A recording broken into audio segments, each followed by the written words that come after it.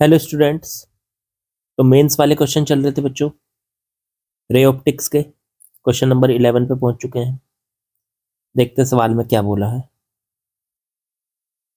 जरा ध्यान से समझना। देखो भाई, सवाल में बोला है a monochromatic light wave with wavelength lambda one. Monochromatic light wave कैसी होती है? जिसमें सिंगल वेवलेंथ होती है। मोनोक्रोमेटिक का मतलब होता है सिंगल वेवलेंथ वाली लाइट। जैसे एक लाइट की रे जा रही है और उसमें बस एक ही वेवलेंथ वाली लाइट रे है, तो उसको कहते हैं मोनोक्रोमेटिक।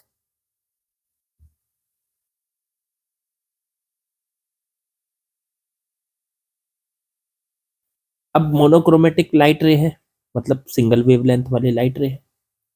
उसकी फ्रीक्वेंसी दे रखी है, वेवलेंथ दे रखी है लैम्डा वन, और फ्रीक्वेंसी दे रखी है न्यू वन। ठीक है। इन एयर, एयर में है, एंटर्स इनटू अनदर मीडियम, दूसरे मीडियम में एंटर करती है।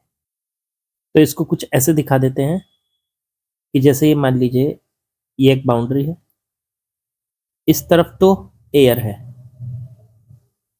और इस तरफ मीडियम है। ठीक है। लाइट रे इधर से आती है, मान लो ये नॉर्मल है एक, और लाइट रे इधर से आती है, ठीक बच्चों, और इधर निकल जाती है। तो एयर से आई, 45 एंगल पे गिरी और फिर 30 पे निकल गई। ये हो गया। इस तरीके से लाइट रे आई और इधर निकल गई। ठीक। अब देखो, अब ये पूछा है कि जब वो लाइट रे एयर से आ रही है तब उसकी वेवलेंथ लैम्डा वन है और फ्रीक्वेंसी न्यू वन है। जब वो मीडियम के अंदर चली गई तो उसकी वेवलेंथ लैम्डा टू हो गई और फ्रीक्वेंसी न्यू टू हो गई। तो अब हमें उसकी वेवलेंथ बतानी है, मीडियम में जाने के बाद कितनी हो जाएगी, और फ्रीक्वेंसी बतानी। भाई एक फॉर्मूला आपको याद होना चाहिए इसके अंदर। मैं थोड़ा सा इसको नीचे करता हूँ, जरा बताता हूँ फॉर्मूला क्या है। फॉर्मूला ये है कि मान लो इधर है मीडियम वन और इधर है मीडियम टू। जब लाइट रे, मान लो एक लाइट रे मीडियम वन में चल रही है और वो मीडियम वन से टू में एंटर करती है, तो उसके साथ क्या क्या बदलाव होता है? पहला, मीडियम वन में अगर लाइट रे की स्पीड वी वन है तो मीडियम टू में उसकी स्पीड बदल जाती है, वी टू हो जाती है। मीडियम वन में अगर उसका वेवलेंथ लैम्डा वन है तो मीडियम टू में उसकी वेवलेंथ बदल जाती है, लैम्डा टू हो जाती है। मीडियम वन में अगर उसकी फ्रीक्वेंसी एफ है तो मीडियम टू में फ्रीक्वेंसी नहीं बदलती, जो कि टू रहती है। फिर मीडियम वन में अगर उसका एंगल आई है तो मीडियम टू में एंगल आर बदल जाता है, आर हो जाता है, आई से बदल के आर हो जाता है। ठीक है। तो देखो फ्रीक्वेंसी तो बदल नहीं रही है, एक मीडियम से दूसरे मीडियम में जाने पर फ्रीक्वेंसी नहीं बदलती और कलर भी नहीं बदलता। मान लो मीडियम वन में कलर रेड है तो मीडियम टू में भी उसका कलर रेड होगा। ठीक है। तो अब इस हिसाब से, अच्छा, फॉर्मूला ये है कि अगर आप मीडियम टू का रिफ्रैक्टिव इंडेक्स वन के रेस्पेक्ट में निकालोगे, इसे वन म्यू टू को कहते हैं, मीडियम टू का रिफ्रैक्टिव इंडेक्स वन के रेस्पेक्ट में। तो उसको निकालने के लिए आपके पास फॉर्मूला होता है वी वन बटे वी टू, या लैम्डा वन बटे लैम्डा टू, या साइन आई बटे साइन आर। इसे स्नेल का नियम भी कहते हैं, स्नेल का लॉ भी कहते हैं, साइन आई बटे साइन आर। इस हिसाब से तो सर, अब अगर हम इसको निकालें इस हिसाब से, तो जो हमसे सवाल पूछा है, सवाल में अब लैम्डा वन लैम्डा टू की वैल्यू पूछी है, लैम्डा वन की दे रखी है। लैम्डा वन तो लैम्डा वन ही दे रखा है। ऐसे फ्रीक्वेंसी, ये वी वन नहीं है, ये फ्रीक्वेंसी है न्यू। वी तो ऐसा होता है और न्यू ऐसा होता है, न्यू ये है वेलोसिटी और ये न्यू ये है फ्रीक्वेंसी। तो कोई कंफ्यूजन लेने की जरूरत नहीं है, ये फ्रीक्वेंसी है, ठीक है। यहां मैंने इस फ्रीक्वेंसी को एफ लिखा है, मैं तो एफ लिखता हूं लेकिन इन्होंने यहाँ पे फ्रीक्वेंसी को न्यू लिखा है, न्यू, न्यू बोलते हैं इसको, न्यू। तो फ्रीक्वेंसी तो बदलेगी नहीं, तो जो फ्रीक्वेंसी यहां है वही फ्रीक्वेंसी यहां होनी चाहिए। इसका मतलब न्यू वन की वैल्यू न्यू टू के बराबर है। ऐसा ऑप्शन ढूंढो जिसमें न्यू वन की वैल्यू न्यू टू के बराबर हो। तो एक तो बी ऑप्शन ऐसा है, एक सी ऑप्शन ऐसा है जिसमें फ्रीक्वेंसी बराबर है। चलो, तो ए और डी तो हो नहीं सकते, उन्हें छोड़ दो, ए और डी तो है नहीं, उन्हें छोड़ दो। चलो फिर बचता है आपका बी और सी। तो उसे देखने के लिए आपको क्या करना है, आपको करना ये है, आपको ये फॉर्मूला लगाना है लैम्डा वन बटे लैम्डा टू। देखो ये वाला, इतना यहां से यहां तक इतना लगाना है बस, जहां पे मैं एरो घुमा रहा हूं ये लगा, लैम्डा वन बटे लैम्डा टू बराबर साइन आई बटे में साइन आर। लैम्डा वन की वैल्यू, तो यहाँ पे लैम्डा वन की वैल्यू तो लैम्डा वन ही दे रखी है, देखो ये रही। और लैम्डा टू की वैल्यू हमें निकालनी है, तो लैम्डा वन को तो लैम्डा वन ही लिखा रहने दो, और बटे लैम्डा टू को लैम्डा टू लिखा रहने दो, लैम्डा टू निकाल दे। साइन आई की वैल्यू यहाँ 45 है और आर की वैल्यू 30 है, तो साइन 45 और साइन 30। साइन 45 कितना होता है 1/√2 और साइन 30 कितना होता है 1/2। अब ये ऊपर जाएगा तो लैम्डा वन बटे लैम्डा टू आ जाएगा 2/√2। ये आ गया सॉल्व करके √2, तो लैम्डा टू आ गया लैम्डा वन बटे √2। चेक कर लो ये, लैम्डा टू की वैल्यू आ गई 1/√2 लैम्डा वन, तो ये आ गया ऑप्शन बी। ऑप्शन सी को काट दो। तो आसान सवाल था बिल्कुल, बस आपको ये फॉर्मूला याद होना चाहिए कि रिफ्रैक्शन का फॉर्मूला क्या होता है। जब एक लाइट रे एक मीडियम से दूसरे मीडियम में जाती है तो क्या बदलता है क्या नहीं बदलता है, ये हमें पता होना चाहिए। ठीक है, चलो अगले सवाल पे पहुंचते हैं। चलिए बच्चों नेक्स्ट क्वेश्चन पे आते हैं, क्वेश्चन नंबर 12। देखे जरा क्या दिया है इसमें। A pole is vertically submerged in swimming pool such that it gives a length of shadow 2.15 meter within water when sunlight is incident at an angle of 30 degree with the surface of water. Okay, if swimming pool is filled to the height of 1.5 meter, then the height of pole above the water surface in centimeter is। देखो भाई आपको बताएं सवाल में इसने क्या दिया है। हो क्या रहा है कि एक स्विमिंग पूल है, स्विमिंग पूल में ये रहा स्विमिंग पूल की वाटर की सरफेस, और ये नीचे पानी जहां तक उसमें नीचे की सरफेस, मतलब स्विमिंग पूल में दिया है कि वाटर 1.5 मीटर तक भरा है। धीरे धीरे करके इसकी पहले फिगर बनाओ क्या दिया है इसने। तो 1 point swimming pool is filled height 1.5 metre, यहाँ तक पानी भरा हुआ है। तो यहाँ से समझो ये पूरे में पानी भरा हुआ है, यहाँ से लेके और ऊपर तक, ठीक है, यहाँ तक पानी भरा, ये पानी की सरफेस है। अब हो क्या रहा है इसमें कि इसमें एक पोल खड़ा हुआ है। पोल का मतलब एक खंबा, इस तरीके का पोल खड़ा हुआ है, ठीक है। एक पोल इसके अंदर भी है कुछ पार्ट उसका, और कुछ पार्ट उसका बाहर भी है, ठीक है। अब उसके ऊपर गिर रही है सनलाइट। जैसे यहां से सन है यहां मान लीजिए, तो इसमें से आने वाली लाइट इस तरह से गिर रही है, ठीक है। थोड़ा सा और बेहतर तरीके से बनाने की कोशिश करता हूं। सनलाइट जो है ऐसे आई और इस तरह से गिर रही है वो, ठीक है। मान लो यहाँ पे ये सन था, ये मैंने इधर को बना दिया, और इसमें से निकलने वाली जो लाइट है आपकी वो आ रही है सीधी, और वो इस तरह से गिर रही है। ये था खंबा, इससे टकराएगी तो टकरा के यहाँ पे शेडो बनाएगी, परछाई बनाएगी। तो इस खंबे से टकरा के यहाँ पे इसने इसकी शेडो बना दी। अब यहाँ पे इसकी शेडो बन गई। देखो ये खंबा है, इसको थोड़ा सा वो कर देता हूं मैं वाइड सा। ये खंबा इस टाइप का है, ठीक है, ये खंबा है और खंबे से टकरा के इसकी शेडो बना दी। देखो यहाँ जब लाइट रेस पे गिरी तो इसकी शेडो बना दी, परछाई बना दी इसकी।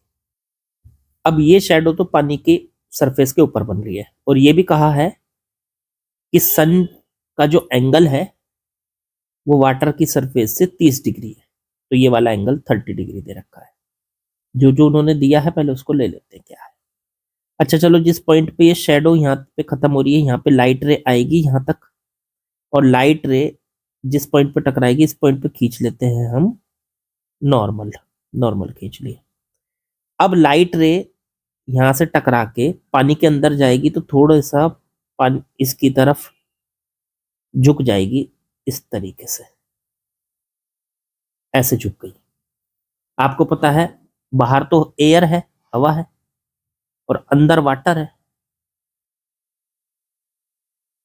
तो एयर से वाटर में आती है तो नॉर्मल की तरफ थोड़ी सी झुक जाती है। ये नॉर्मल है हमारा, ऐसे झुक जाती है। अब ये जो शेडो बाहर बनी, ठीक है, सरफेस के ऊपर, वाटर की सरफेस के, और शेडो इसकी अंदर भी बनेगी वाटर के अंदर, यहाँ पे पूरी, यहाँ से यहाँ तक। इस पूरी शेडो की लेंथ दे रखी है यहाँ से यहाँ तक, जो अंदर वाली शेडो है 2.15 मीटर ये दे रखी है। देखो ये दे रखी है जो इसके अंदर पूरी शेडो बनी, ठीक है ना। तो ये शेडो बनी इस खंबे की पानी के अंदर, सरफेस पे, सरफेस पे नहीं सॉरी बॉटम पे। ये जो स्विमिंग पूल है उसके बॉटम पे, सरफेस पे तो ये शेडो बनेगी यहाँ से यहाँ तक, लेकिन इसने दिया पूरी फुल शेडो कितनी है, तो ये फुल शेडो 2.15 है। चलो अब जरा इसको कैलकुलेट कर लेते हैं। कैसे कैलकुलेट करेंगे, तो ये वाला एंगल कितना है खुद सोचो। अगर ये 30 है तो इधर का बचा 60। अब देखो पूछा ये है कि पोल की जो हाइट है वाटर की सरफेस के ऊपर कितनी है। तो मान लेते हैं ये यहाँ से यहाँ तक वाटर की सरफेस से ऊपर ऊपर इसकी हाइट x है, और वाटर की सरफेस के नीचे 1.5 है, ये तो हमें पता ही है, ठीक है। तो अब इसको जरा सॉल्व करके देखते हैं। अगर हमें ये एंगल पता है 30 डिग्री, ये वाला एंगल 30 डिग्री पता है, तो क्या हम ये वाली लेंथ निकाल सकते हैं, ये वाली जहां पे मैंने ये बनाई है, इसको y मान लेते हैं। तो यहां से हम इस ट्राइंगल को लेते हैं जहां पे देखो मैं एरो घुमा रहा हूं, और इसमें tan 30 का फॉर्मूला लगा देते हैं। tan 30 होता है परपेंडिकुलर बटे बेस। यहां से y की वैल्यू कितनी आ जाएगी, तो y की वैल्यू आ जाएगी x बटे में tan 30। tan 30 कितना होता है 1/√3। तो यहां से y की वैल्यू आ गई x√3। चलो जी, ये पता चल गया कि ये y किसके बराबर है, x√3। अब मैं y को हटा देता हूं यहाँ से, यहाँ सीधे लिख देता हूँ x√3। अब यही लेंथ यहाँ होगी, देखो ये यहाँ x√3। अब हम देखो ये वाला एंगल मान लेते हैं r, और स्नेल्स लॉ का यूज करके हम इस r की वैल्यू निकाल सकते हैं। क्या होता है स्नेल्स लॉ, n बराबर, n क्या है रिफ्रैक्टिव इंडेक्स, साइन i और बटे में साइन r। n किसका, देखो लाइट रे एयर से चल के वाटर में जा रही है, तो वाटर का n एयर के रेस्पेक्ट में। अब वाटर का n एयर के रेस्पेक्ट में कितना होता है, जरा सॉल्व करो। इधर सॉल्व कर रहा हूं साइड में, देखो वाटर का एयर के रेस्पेक्ट में देखो ये दे रखा 4/3, तो 4/3 बराबर साइन i बटे में साइन r। 4/3 साइन i का वैल्यू, आई तो ये है 60 और आर ये है आर, तो साइन 60 और बटे में साइन आर। 4/3 साइन 60 की वैल्यू √3/2 और 1 में साइन आर। चलो इसकी इधर मल्टीप्लाई कर लो, तो साइन आर की वैल्यू आ गई बच्चों, इसकी इधर मल्टीप्लाई 3√3/8। लो जी ये साइन आर आ गया। अब देखो ये जो ट्राइंगल है इसमें ये वाली साइड, ये लेंथ हम मान लेते हैं यहां से यहां तक जेड, ठीक है। तो इस ट्राइंगल में ये वाली लेंथ कितनी है, जहां मैं एरो घुमा रहा हूं देखो ये 1.5। तो अब हम यहां से tan r का फॉर्मूला लगा सकते हैं, परपेंडिकुलर, ये हो गया परपेंडिकुलर और ये हो गया बेस, तो जेड बटे में बेस हो गया 1.5। अब tan r की वैल्यू कहां से निकालें, तो देखो साइन r की वैल्यू है, तो tan r की आप आसानी से निकाल सकते हो। कैसे, ट्राइंगल बना के, ठीक है। साइन में क्या होता है, ऊपर वाला होता है परपेंडिकुलर, तो 3√3 और नीचे होता है हाइपोटेनियस, तो ये हो गया 8। अब पाइथागोरस लगाओ और इसका बेस निकाल लो यहां से, ये है r एंगल, तो सामने वाला होता है परपेंडिकुलर और ये होता है हाइपोटेनियस, तो ये वाला निकालोगे अगर आप, तो ये आ जाएगा हाइपोटेनियस का स्क्वायर, वे लगा दी मैंने पाइथागोरस, तो हाइपोटेनियस का स्क्वायर माइनस परपेंडिकुलर का स्क्वायर, तो 3√3 का स्क्वायर और फिर पूरे का अंडर रूट। इसे सॉल्व कर लो, 8 का स्क्वायर 64 माइनस 27, तो ये आ गया अंडर रूट में 37। तो यहां से tan r निकाल सकते हो, tan r होता है परपेंडिकुलर बटे में बेस, परपेंडिकुलर कितना है 3√3 और बटे में अंडर रूट में 37, परपेंडिकुलर ये हो गया और बेस हो गया अंडर रूट 37, जेड बटे 1.5। अगर जेड की बात करें तो इसकी इधर मल्टीप्लाई कर लो, 1.5 इंटू 3 4.5√3 बटे में √37 आ गया जेड का वैल्यू। चलो अब देखो यहां से जरा फिगर के अंदर, ये यहां से यहां तक की जो डिस्टेंस है पूरी कितनी है 2.15 सेंटीमीटर, 2.15, और ये किसके बराबर होगी, यहां से यहां तक कितनी है x√3 और प्लस जेड की वैल्यू कितनी आई अभी, ये आई 4.5√3 बटे में √37। इसे इधर ले आओ, 2.15 माइनस में 4.5√3 बटे में √37, उधर बचा x√3। जब हम यहां से x की वैल्यू, इसको सॉल्व करना पड़ेगा, इसको सॉल्व करके कितना आ रहा है, तो इसको सॉल्व करने के लिए अब हम क्या कर सकते हैं, इस √3 को इसके बटे में ले जाएं। चलो बटे में ले जाने से पहले इसको पहले सॉल्व कर लेते हैं कितना बैठ रहा है, तो 2.15 माइनस, जरा मैं भी सॉल्व करके देखता हूं इसको कितना बैठ रहा है कैलकुलेटर में, आप बिना कैलकुलेटर के करना, ठीक है, मैं कैलकुलेटर से करता हूं। देखो भाई ये आ रहा है 4.5√3 बटे में √37 और इसके पूरे के बटे में आ गया अंडर रूट में 3, इधर बचा x। ये देखो सब कुछ सॉल्व कर लिया मैंने कैलकुलेटर से, ये आ रहा है अप्रोक्स 0.50 मीटर, मतलब x की वैल्यू आ गई 0.50 मीटर के करीब।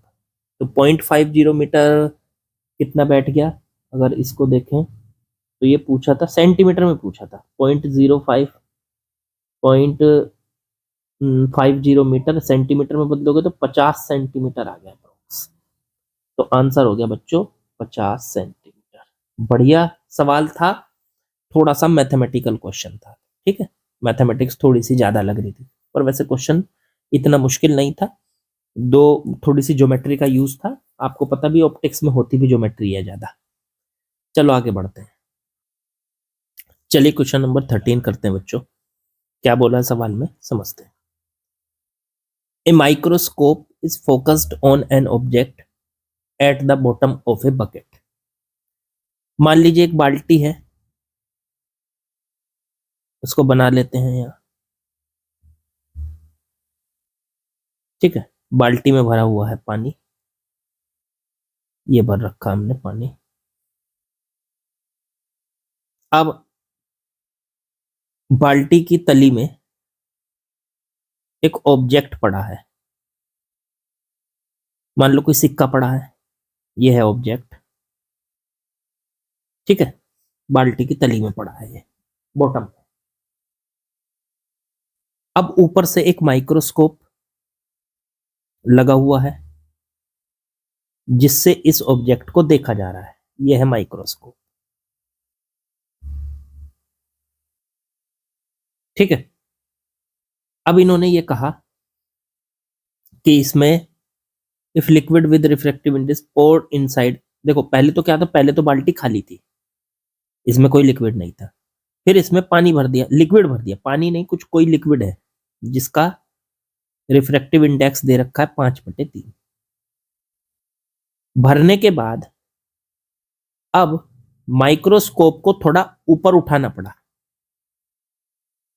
ताकि वो दोबारा से इस ऑब्जेक्ट पे फोकस कर सके। ये माइक्रोस्कोप लगातार इसको देख रहा था ऑब्जेक्ट को, लेकिन जब इसमें लिक्विड भर दिया तो अब इसे थोड़ा ऊपर उठाना पड़ा, थोड़ा ऊपर उठाया, कितना ऊपर उठा दिया, 30 सेंटीमीटर इसको ऊपर उठाना पड़ा ताकि ये दोबारा से इस ऑब्जेक्ट को फोकस कर पाए। क्योंकि खुद सोचो, जब हम इसके अंदर लिक्विड भर देंगे और ऊपर से इसको देखेंगे तो ये ऑब्जेक्ट यहां नहीं नजर आएगा हमें, ये थोड़ा ऊपर नजर आएगा हमको। यहां कितना ऊपर नजर आएगा, तो उसके लिए एक फॉर्मूला है, इसकी ओरिजिनल डेप्थ वो तो डी है, लेकिन ये नजर आएगा थोड़ा ऊपर, एपरेंट डेप्थ पे ये नजर आएगा, डी एपरेंट पे यहां, ठीक है।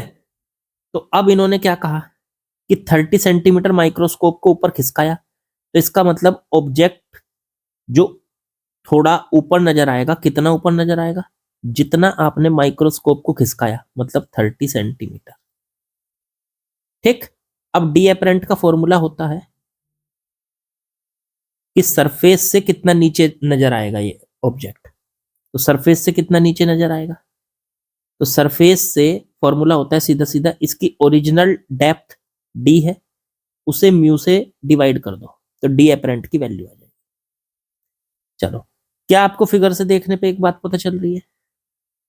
क्या सर, क्या आपको ये पता चल रहा है कि ये जो डी डी है, पूरा डी कंप्लीट, वो डी एपरेंट और प्लस 30 के बराबर है, डी एपरेंट प्लस 30 के बराबर दिखाई दे रहा है। देखो यहां से ये पूरा डी, इसकी पूरी गहराई, तो वो इसकी डी एपरेंट की गहराई और प्लस 30 ये पूरी के बराबर हो रही, फिगर के अंदर साफ साफ पता चल रहा है।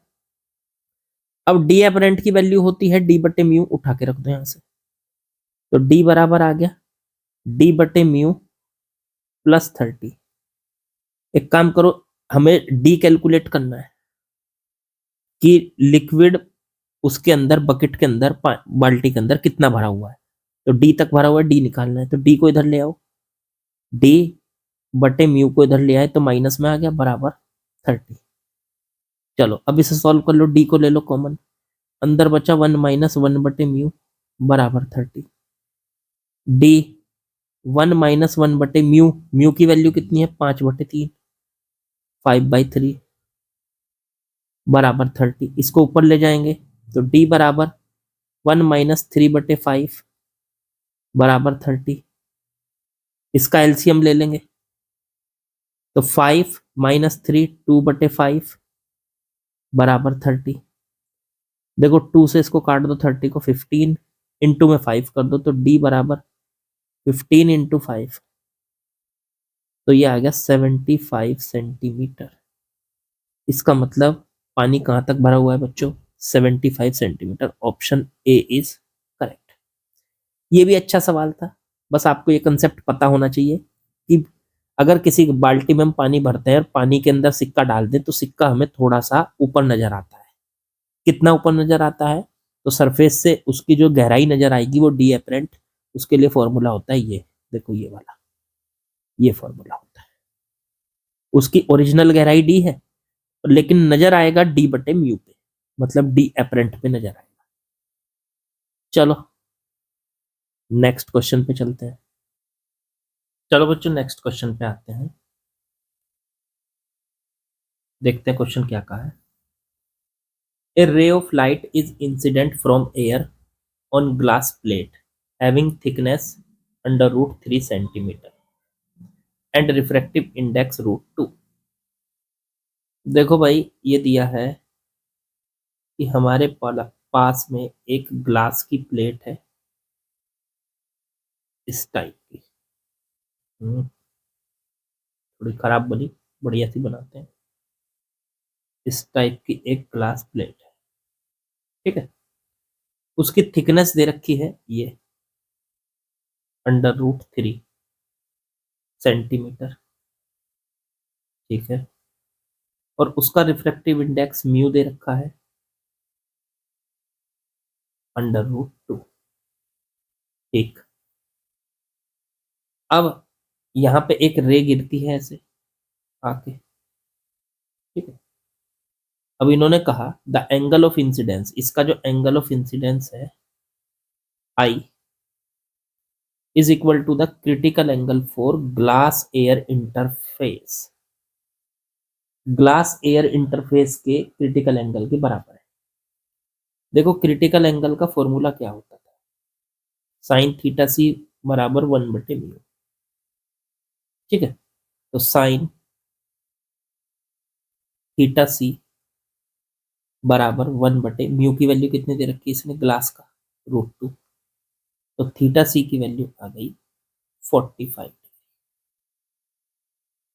ये दे रखा क्रिटिकल एंगल, और क्रिटिकल एंगल के बराबर ही दिया उसको एंगल ऑफ इंसिडेंस, मतलब यही आई की वैल्यू है। अब जब ये इसके अंदर जाएगी लाइट में, थोड़ी सी इधर बैंड हो जाएगी, कितनी बैंड हो जाएगी, तो इधर बना दिया ये एंगल आर,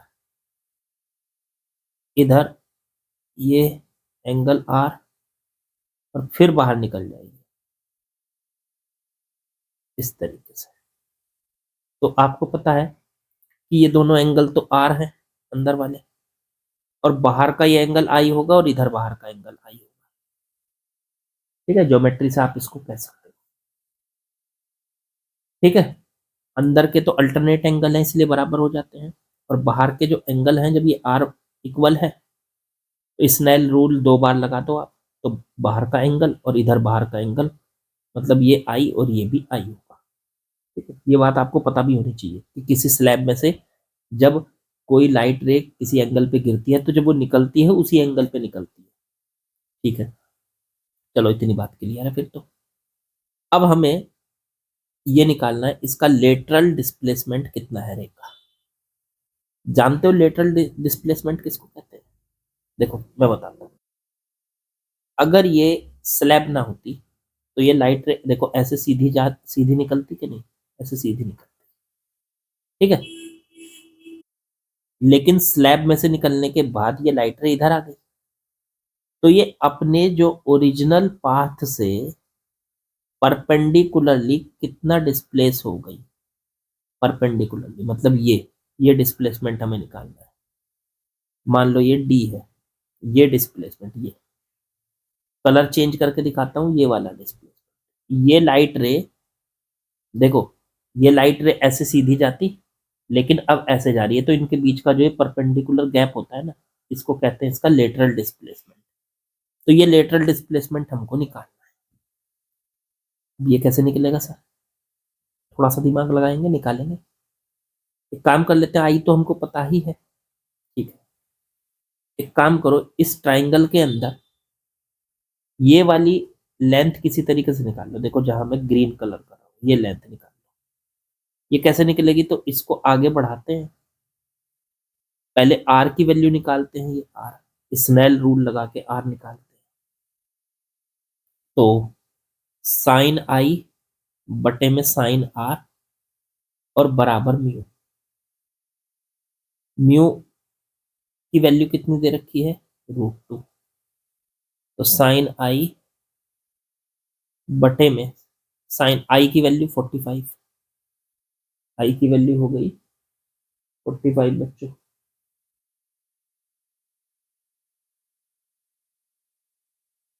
तो 45 यहाँ रखी दो आई की जगह, बचा साइन आर बराबर म्यू की जगह √2 आ गया। साइन 45 की वैल्यू लिख लो कितनी आएगी, तो ये बच गया साइन आर बराबर, ये इसके बटे में चला गया साइन 45 और बटे में √2। साइन 45 की वैल्यू 1/√2, 1/√2 1/√2 मल्टीप्लाई होकर 1/2 आ गया। समझ गए ना कैसे, दोबारा दिखा देता हूँ। ऊपर है 1/√2 साइन 45 की वैल्यू, और नीचे भी है √2, उसके बटे में 1 मान लो, तो ये यहाँ गया यहाँ गया, तो ये आ गया साइन आर बराबर 1/2। तो आर की वैल्यू कितनी आ गई, अंदर वाला एंगल कितना आ गया, तो आर की वैल्यू आ गई सर 30 डिग्री। बाहर का एंगल 45, अंदर का एंगल 30। उससे क्या पता चलेगा हमें, उससे हमें देखो ये पॉइंट मान लो ए, ये पॉइंट मान लो बी, और ये मान लो सी। ए बी लेंथ पता चल जाएगी, और ये डी मान लो। पहले तो ये वाला एंगल चेक करो, ये वाला ट्राइंगल चेक करो जरा, ए डी और बी, ए डी और बी। जरा ऊपर वाले फिगर में देखना, ए डी बी देखो कहाँ पड़ रहा है, ये रहा। ठीक है, ये आर, ये 30 है, आर तो हमने निकाल लिया अभी। इसकी लेंथ √3 है, क्या ए बी की लेंथ निकल आएगी, कैसे निकालोगे, इस ए बी की लेंथ को मान लेते हैं एक्स। तो हम लगाते हैं यहाँ से cos 30 का फॉर्मूला। cos 30 का फॉर्मूला क्या होता है, cos 30 बराबर बेस बटे हाइपोटेन्यूज एक्स। तो cos 30 की वैल्यू क्या होती है, √3/2 बराबर √3/x। √3 से √3 कट गया, क्रॉस मल्टीप्लाई कर लो तो x बराबर 2 आ गया। इसका मतलब ये लेंथ है 2, ये लेंथ पता चल गई 2। अब ले लो जरा इस ट्राइंगल को, कौन सा, ए बी सी। अब हमें ये डी निकालना है। तो ये वाला जो ट्राइंगल है, अब इसमें ये लेंथ ये कितनी होगी, ये एंगल। अब ये देखो आई के सामने, देखो ऐसे है ना, ये आई है, आई के सामने वाला एंगल आई होगा, तो ये पूरा एंगल तो होगा आई। देखो मैं दिखाता हूँ, यहाँ ये आई है, और इस एंगल के सामने ये भी आई होगा। लेकिन इसमें से ये आर माइनस कर दोगे तो सिर्फ इधर इधर वाला निकल आएगा, आई माइनस आर। तो अगर मैं ये ट्राइंगल बाहर निकालू यहाँ से, देखो ये ट्राइंगल में बाहर निकालू,